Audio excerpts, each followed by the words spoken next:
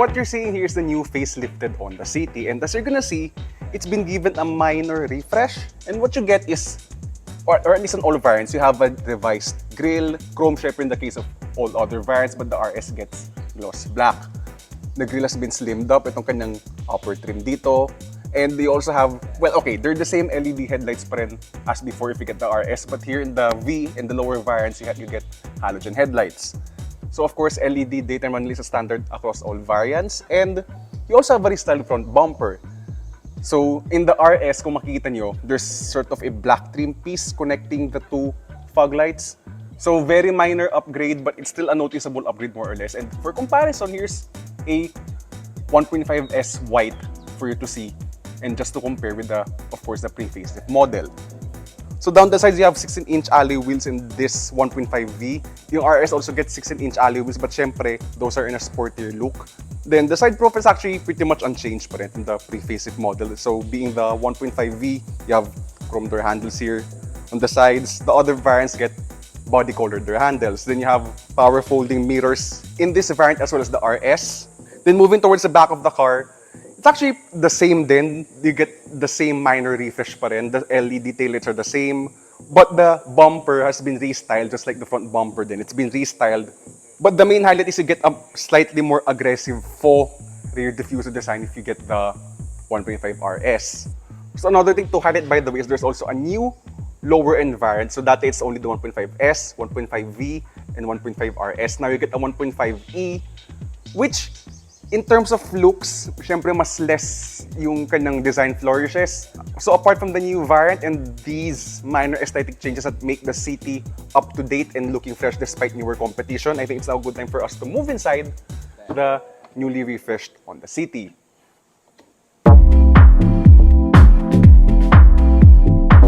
So now that we're here inside the new Honda City, and in terms of aesthetic changes, there's So ito lang, it's more of a spot the difference in terms of yung kanyang aesthetic changes. So the dash is actually pretty much the same.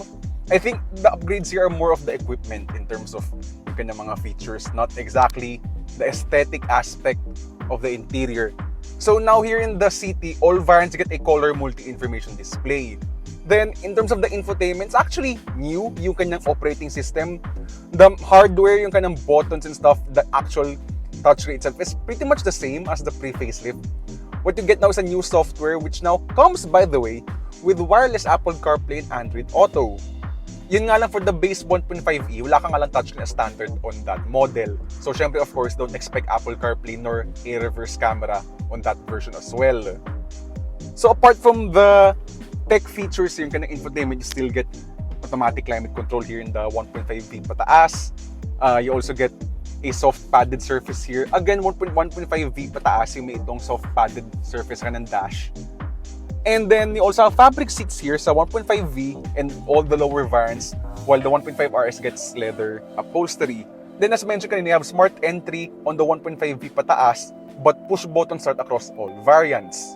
Now as for the main highlight of this facelift, which is the Honda Sensing, up here ka ng forward-facing camera. That's standard across all variants, even the base 1.5e.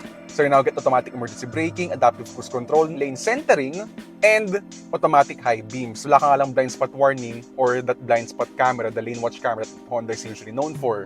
So, moving towards the back, as you're gonna see, actually there's no changes at the back. So sa 1.5V pataas, you get rear aircon vents. But if you search the 1.5 RS, you now get a rear charging socket or 12-volt outlet sa kanang center console sa rear. Spacious Second Row, it's still one of the best in its class in terms of outright space thanks to the car's long wheelbase. And that's mostly pretty much it actually.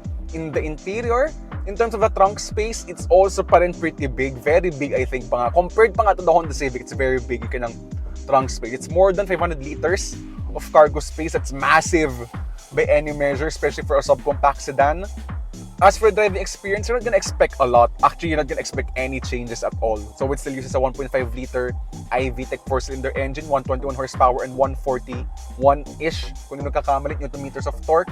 No suspension changes, no changes to the NVH aspect of the vehicle. It really drives pretty much the same pa rin. So that's why we're gonna be taking this car out for a spin, since you can just watch our review if you wanna know the driving experience of the Honda City.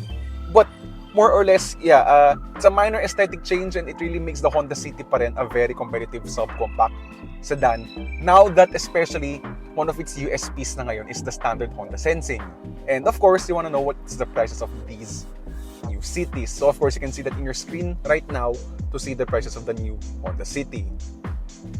Because of the standard Honda sensing, the base price has crept up to 973,000 pesos. Yun nga lang, the City now was one of the highest base prices of any subcompact sedan. Though in our opinion, it's a price increase that we think is worth it.